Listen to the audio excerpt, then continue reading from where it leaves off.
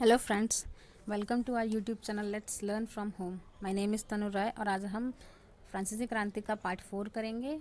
इससे पहले ही मैं वीडियोस बना चुकी हूँ, उसमें मैंने पार्ट 1, 2 और 3 को डिस्कस किया है और एक सिलेबस का वीडियो भी बनाया है। चलिए हम शुरू करते हैं। जैसे इसकी हेडिंग है, क्या महिलाओं के लिए भी क्रांति हुई? तो इससे पहले इस आंसर को करने से ढूंढने से पहले हम देखते हैं इस पिक्चर को। इसमें इसका जो टाइटल है पिक्चर का वो है वर्साई की ओर कूच करती पेरिस की औरतें। करने का मतलब होता है उस तरफ जाना, किसी दिशा में जाना। तो यहाँ पर है कि 5 अक्टूबर 1779 नवासी की घटनाओं को के कई चित्रों में से एक है। उस दिन महिलाएं पेरिस के वर्साई जाकर राजा को अपने साथ लेकर लौटी। तो हम पहले एक बार देख लेते हैं कि यहाँ पे इस पिक्चर में क्या क्या चीज़ें दिखाई गई हैं। आपको मैं इससे पहले बता चुकी थी कि महिलाओं की क्या दशा थी व वहाँ का सामाजिक विभाजन किस प्रकार था, उसमें भी महिलाओं की क्या स्थिति रही है और क्रांति किस प्रकार हुई, ये सब चीज़ें मैं उसमें डिस्कस कर चुकी हूँ। और बहुत सी चीज और क्या वहाँ का सरकार, कैसी सरकार बनी, कितनी प्रकार की सरकार बनी, ये सब उन वीडियोज़ में डिस्कस हो चुका है। तो हम उसके आगे से इसमें कंटिन्यू करेंगे। देखिए यहाँ पर महिलाएं घोड़ा चला रही हैं। जो इन्होंने यहाँ पर ये पिक्चर दिखाई है एक बड़ा सिंबल है जो एक दर्शाता है कि महिलाओं की डिमांड क्या थी। जैसे कि ये जो लाल कैप है, ये वहाँ पर पुरुषों द्वारा अपने दासत्व को मुक्त करने का एक सिंबल था कि हम अब तुमसे आज़ाद हैं, तुमसे अलग हैं। हम उसको सिंबलाइज कर रहे हैं कुलीन वर्ग से, और पादरी वर्ग को ये एक तरीके से दिखाने का था कि अब हम तुम्हारे जैसे नहीं हैं, तुम्हारे यहाँ काम नहीं करेंगे। इसी प्रकार ये जो तराजू है, एक बार देख लीजिए। ये जो तराजू है, आपको पता ही है तराजू बराबर कब होगा, जब दोनों पलड़े बराबर होंगी।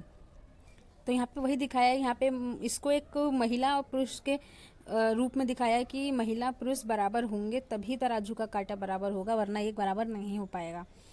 और महिलाओं की स्थिति सिर्फ फ्रांस में ही नहीं बल्कि बाकी सभी समाजों में एक जैसी रही है। वहाँ पे महिलाओं को दबाया जाता है, पढ़ने लिखने की उन्हें आज़ादी नहीं होती, उन्हें परमिशन नहीं दी जाती है। यहाँ पे एक चीज़ और देखो, इन पिक्चर्स में सबके हाथ में जो हथियार हैं, एक महिला द्वारा प्रयोग में लाए गए हथियार तो नहीं है। ये पुरुषों द्वारा प्रयोग में लाए गए सभी प्रकार के हथियार हैं, भाला, बल्छी और कुल्हाड़ी वगैरह हैं। क्योंकि महिलाओं को इन हथियारों से क्या काम है, लेकिन वह अपनी योग्यता, अपनी शक्ति का प्रदर्शन करने के लिए इन हथियारों का प्रयोग करती हैं, घोड़े चलाने का प्रयोग करती हैं कि वह पुरुषों से किसी भी तरीके से कम नहीं है।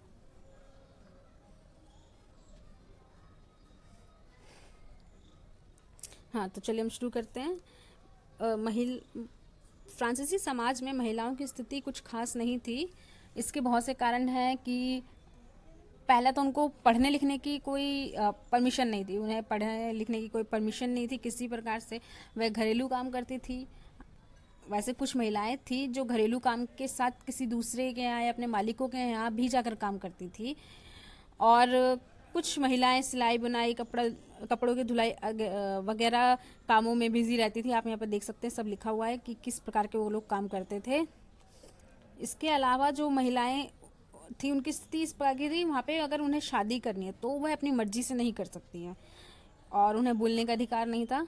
तो शादी का अधिकार तो बहुत मुश्किल है। वह अपने हमेशा पिता की परमिशन या उनके पिता ने जिसको पसंद किया वो उससे ही शादी करती थी।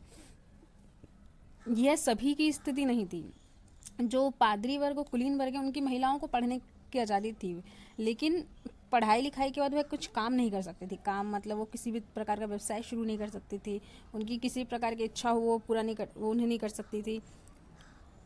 तो यह उनको भी पढ़ाई के बाद स्कूल या कॉन्वेंट में जाने के बाद वह सीधा उनकी शादी कर दी जाती थी और फिर उनको अपना परिवार देखना पड़ता था। तो ये चीज़ें महिलाओं को बहुत खटकती थी कि हम रात दिन काम करते हैं लेकिन हमें आज़ादी नहीं मिली, हमें किसी भी तरीके के अधिकार नहीं मिले। तो सबसे ज़्यादा महिलाओं को जो बात जो मतलब हम कह सकते हैं जो खराब लगी वो था उनका 1791 में उन्हें एक निष्क्रिय नागरिक के रूप में दर्शाया गया, जो कि महिलाओं को लगा कि कोई भी जो सरकार होगी वो उनकी स्थितियों को बदलेगी। लेकिन 1791 में जो उनके साथ एक तरीके से भेदभाव दिखाया गया, यह उनको एक अलग ही प्रकार के आंदोलन या क्रांति की तरफ मोड़ देती है। जो सामान्य आंदोलन चल रहा था उससे अलग यह आंदोलन उस में तो शामिल था, लेकिन ये महिलाओं के लिए भी था। तो इसी क्रम में उन्होंने बहुत सारे क्लब्स अपने शुरू किए। जैसे आपको पता ही है कि सब अपने अपने क्लब शुरू करते थे जहाँ पे डिस्कस करते थे। उसी प्रकार उन्होंने करीब 60 क्लब्स जो थे महिलाओं के थे, मतलब 60 तक के क्लब्स जो महिलाओं, सिर्फ महिलाओं के थे। उनकी मांगे रखी जाती थी, क्या क्या उनकी प्रॉब्लम्स है वो सब सुनी जाती थी। इसमें जो सबसे फेमस क्लब है वो है the society of revolutionary and Republic women. इन्होंने बहुत सारी मांगे उठाई। उन्होंने सबसे पहले ये मांग उठाई कि आपने जो हमें निष्क्रिय नागरिक कहा है उसे ख़त्म कीजिए और हमें सक्रिय नागरिक का दर्जा दीजिए, हमें मताधिकार का दर्जा दीजिए। जिस प्रकार पुरुषों को राजनीतिक अधिकार प्राप्त है उसी प्रकार महिलाओं को भी राजनीतिक अधिकार प्राप्त होने चाहिए, जिसमें मताधिकार है, असेंबली के लिए वह खड़ी हो सके, चुनाव के लिए खड़ी हो सकते, उस तरह का अधिकार, और उन्हें राजनीतिक पद प्राप्त हो। हालांकि उनकी मांगे ठुकरा दी गई, तो उन्होंने सोचा कि क्यों ना हम इसकी डिमांड महारानी से करें। महारानी, क्योंकि वो थी तो फ्रांस की ही समाज की, तो महारानी की बात को भी इतना नहीं सुना जा सकता था। तो ये चीज़ें महिलाओं को बहुत ज़्यादा क्रांति के लिए उकसाती थी कि सिर्फ कोई भी चीज़ें एक तरफा नहीं हो सकती हैं। जैसा मैंने कहा था, एक पड़ला कभी भारी नहीं हो सकता। तो जब क्रांतिकारी सरकार आई, क्रांतिकारी सरकार का मतलब है 1793 की बात हो रही है यहाँ पे, मतलब हम जैकोबिन की बात कर रहे हैं, जैकोबिन सरकार की। तो उन्होंने शुरुआत की एक नए सिरे से और महिलाओं को एक अच्छी स्थिति में लाने की। सबसे पहले उन्होंने महिलाओं की शिक्षा को अनिवार्य कर दिया कि कोई भी महिलाएं होंगी वह अनिवार्य शिक्षा प्राप्त करेगी। दूसरा, उन्होंने कहा कि उनकी मर्जी के खिलाफ कोई भी व्यक्ति शादी नहीं करेगा उनकी, चाहे उनका पिता ही क्यों ना हो। इससे महिलाओं को एम्पावर होने में बहुत मदद मिली, क्योंकि अब उनके पास किसी को हाँ और ना बोलने का एक अधिकार था। वो अपने जीवन में वह क्या चाहती हैं उसे प्राप्त करने का अधिकार था। उन्हें शादी कब करनी है कब नहीं करनी, ये सब चीज़ें उनके अधिकार से जुड़ी हुई थी। क्या पता कुछ महिलाएं आगे पढ़ाई करना चाहती हो, ये सब चीज़ें। इसी प्रकार उन्होंने तलाक को एक कानूनी रूप दिया। इसका कारण था कि अगर आप किसी कारण एक गलत शादी में या किसी गलत व्यक्ति के साथ एक बंधन में बंध गए तो उनसे वह जिंदगी भर निकल नहीं सकते। लेकिन उन्होंने शुरुआत की, तलाक कानूनी रूप दिया। मतलब अब कानून, इसके बारे में जो भी कानून बनाएगी वो सब लोग मानेंगे। प्लस पुरुष और महिलाएं दोनों इसके लिए अप्लाई कर सकते हैं। ये नहीं है कि सिर्फ, जैसे बहुत सारे समाजों में होता है कि सिर्फ पुरुष ही तलाक देगा, महिलाएं तलाक नहीं दे सकती हैं। भारतीय समाज में महिलाएं भी तलाक देती हैं। तो ये इसी तरीके से देखा गया कि वहाँ पे अब दोनों को ये अधिकार प्राप्त हो। इससे महिलाओं को जो बढ़ावा मिला, उनको एक प्रकार की उनको ऐसा लगा कि उनकी क्रांति का ही ये एक कारण है जो उनको ऐसी छूट प्राप्त हो रही है। तो इससे उन्हें बहुत ज़्यादा एम्पावर फील हुआ। हालांकि बाद में, मतलब इस सरकार ने जो चीज़ें की जो महिलाओं को खराब लगी, उसमें से ये था कि उनके क्लब्स को गैर कानूनी बताकर बंद करवा दिया गया। क्योंकि जिन क्लब्स के कारण ये अपने आप को बहुत ज़्यादा आगे बढ़ा पाई थी, अपनी क्रांति को आगे बढ़ा पाई थी, उन्हें बंद करा दिया गया। और जो महिलाएं इस प्रतिबंध के खिलाफ अपनी आवाज़ खड़ी कर रही थी उन्हें गिरफ्तार करा गया और कुछ को फांसी भी दे दी गई। क्योंकि वहाँ पे कोई भी अगर आप कानून का उल्लंघन करेंगे किसी भी कानून का, तो फांसी एकमात्र सज़ा होती थी। इसी प्रकार मतलब ये ऐसा नहीं कि आंदोलन ये ख़त्म हो गया, मतलब उनकी 2-3 डिमांड पूरी कर दी गई तो ये आंदोलन ख़त्म हो गया। नहीं, ये आंदोलन सिर्फ आज़ादी के लिए नहीं था, ये आंदोलन बराबरी के लिए था। तो उन्होंने सिर्फ बराबरी में राजनीतिक की बात नहीं की, उन्होंने आर्थिक बराबरी की बात भी कही। उन्होंने कहा हमें समान वेतन चाहिए, क्योंकि हम पुरुषों जितना या पुरुषों से ज़्यादा काम करते हैं, उसके बाद भी हमें मजदूरी उनसे कम ही मिलती है। ये आंदोलन करीब फ्रांस में 200 वर्षों तक चला। 200 वर्षों तक चलना किसी आंदोलन का वहाँ के समाज की महिलाओं की दशा को बहुत अच्छे से बता सकता है कि उन्हें अपने अधिकार के लिए कितना लड़ना पड़ा। उन महिलाओं ने सिर्फ इन चीज़ों की शुरुआत नहीं की। उन्होंने ये बोला कि जिस प्रकार पुरुष एवं नागरिक अधिकार घोषणा पत्र लिखा गया है वह एक तरफा है और किसी एक वर्ग को, किसी एक समाज को दर्शाता है और दूसरे को उनसे वंचित रखा जाता है उन अधिकारों से जो नैसर्गिक हैं, अहरणीय है। क्योंकि महिलाओं को अधिकार प्रदान नहीं किए गए हैं, प्राकृतिक अधिकार भी महिलाओं को नहीं दिए गए। तो उन्होंने कहा कि महिला एवं नागरिक अधिकार घोषणा पत्र होना चाहिए। हालांकि इसे ठुकरा दिया गया इस मांग को, और इस महिला को, जिनका नाम है ओलंप दे कूज, इन्हें फांसी पर लटका दिया गया महिलाओं को भड़काने के इल्जाम में। ये कुछ उन्होंने दिए हैं अधिकार, उन्होंने कुछ मतलब मूलभूत अधिकारों की बात की। सबसे पहला था कि दोनों को स्वतंत्र माना जाए। इसमें जैसे भारतीय समाज में भी महिलाओं को पुरुषों पर निर्भर माना जाता है, इसी प्रकार वहाँ पे भी महिलाओं को पुरुषों पर निर्भर माना जाता था। तो उन्होंने कहा कि दोनों को स्वतंत्र माना जाए, और सभी नागरिक संगठन का लक्ष्य पुरुष एवं महिला के नैसर्गिक अधिकार को संरक्षित करना है।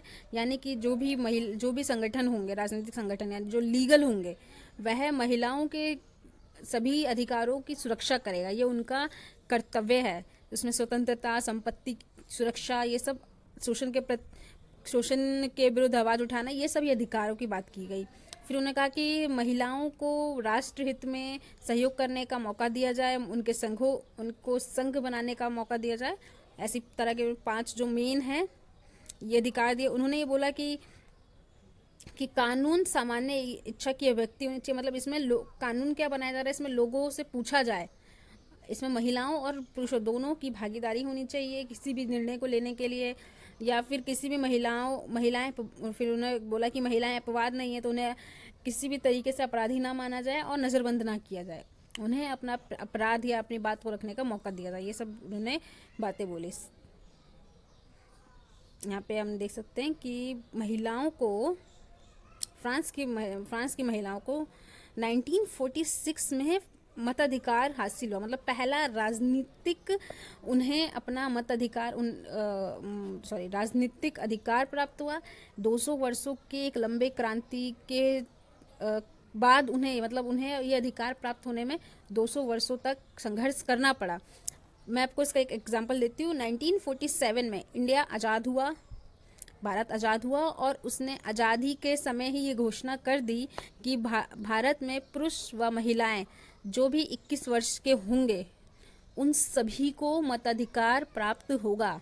उसमें किसी भी प्रकार का भेदभाव नहीं किया जाएगा। सब एक दूसरे के बराबर हैं, सबको राजनीतिक अधिकार प्राप्त होंगे, जिसमें मताधिकार भी एक अधिकार शामिल था। आप देख सकते हैं कि इंडिया ने आज़ाद होते के साथ ही, सिर्फ 1 साल का अंतर है भारत की आज़ादी और फ्रांस में महिलाओं को अधिकार प्राप्त होने में, और कितना बड़ा बदलाव है एक पूरे समाज में, पूरे विश्व में।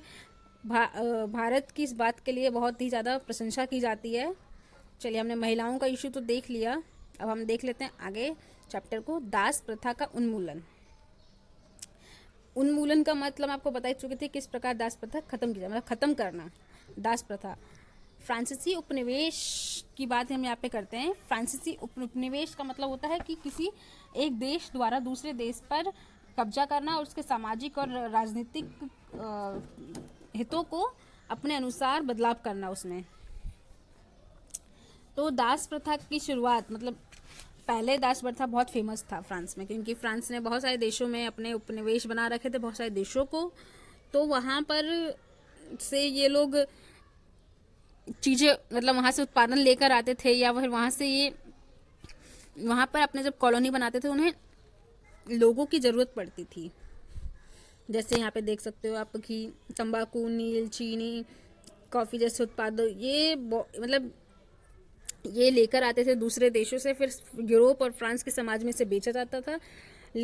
और इसके साथ क्या होता था कि ये लोग बगानों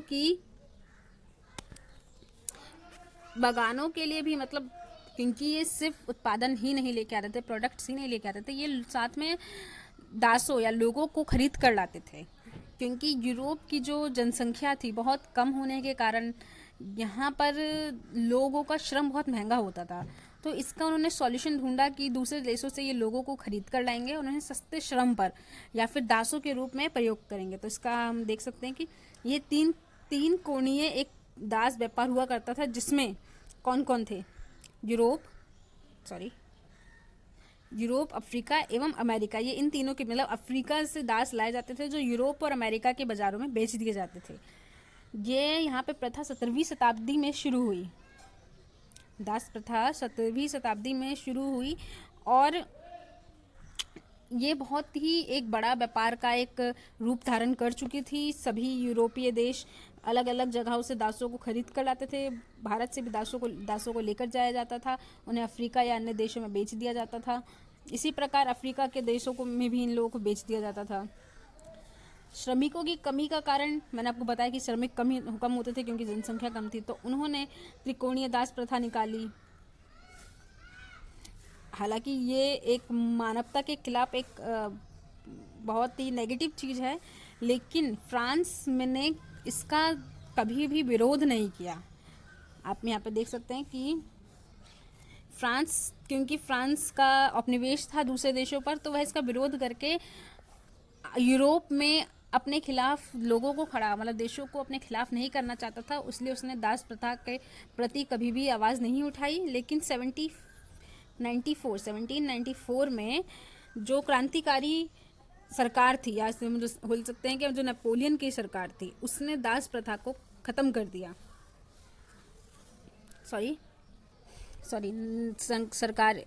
क्रांतिकारी सरकार, या जैसे हम जैकोबिन की सरकार कह सकते हैं, उसने दास प्रथा जैसी चीज को खत्म कर दिया। उसने इस कन्वेंशन पे सिग्नेचर किए कि सभी दासों को मुक्ति प्राप्त हो, लेकिन ये छोटी ही अवधि तक रहा। नेपोलियन ने फिर इसको 10 वर्षों बाद नेपोलियन ने फिर इसे शुरू कर दिया, यानी उसने दास प्रथा को बढ़ावा दिया फिर से। फाइनली 1848 यानी 1848 में इस प्रथा को पूर्ण रूप से ख़त्म कर दिया गया, यानी दास प्रथा ख़त्म हो चुकी थी फ्रांस के समाज में, पूरे फ्रांस देश में। और सबसे ज़्यादा जो फ्रांस में दासों को लाया जाता था वह अफ्रीकी निग्रो होते थे। यहाँ पे देखिए, आप ये देखे जाते हैं नए शब्द, अफ्रीकी निग्रो में सहारा रेगिस्तान के दक्षिण में रहने वाले स्थानीय लोग।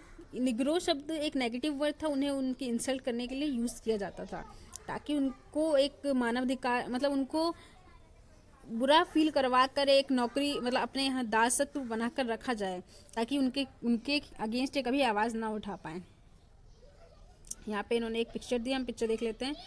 यहाँ पर लिखा हुआ है, मतलब ये फ्रेंच में लिखा है, जिसका यहाँ पे हिंदी अनुवाद है मनुष्य के अधिकार, और ऊपर लिखा है मनुष्य के अधिकार, नीचे लिखा है गुलामों की मुक्ति। और एक फ्रांसीसी महिला अफ्रीकी एवं अमेरिकी इंडियन दासों को यूरोपीय कपड़े देकर उन्हें सभ्य बनाने की चेष्टा कर रही है। मतलब इस पिक्चर में दिखाया गया है कि ये जो महिला है इन दासों को यूरोपीय कपड़े दे रही है और उन्हें सभ्य बना रही है। भारत पर भी जब ब्रिटिश ने हमला किया था, तो या उस पर उन्हें अपना उपनिवेश बनाया था, तो उन्होंने उन्हें यही कहा था कि आप सभ्य नहीं है और हम आपको सभ्य बनाने आए। दास प्रथा को डायरेक्ट ना शो करना भी एक तरीके से दिखाता है कि किस प्रकार आपको मानसिक रूप से प्रताड़ित करके या आपको अपने ही शिक्षा सभ्यता के खिलाफ करके हम आपको सभ्य बना सकते हैं। Thank you for listening my lecture. आप वीडियो को लाइक करिएगा। अगर आपको कोई भी इशू है इससे पहले की वीडियोस में या इस वीडियो में, तो आप कमेंट कीजिए, या आप टेलीग्राम से भी जुड़ सकते हैं। चैनल को सब्सक्राइब ज़रूर करना। Thank you.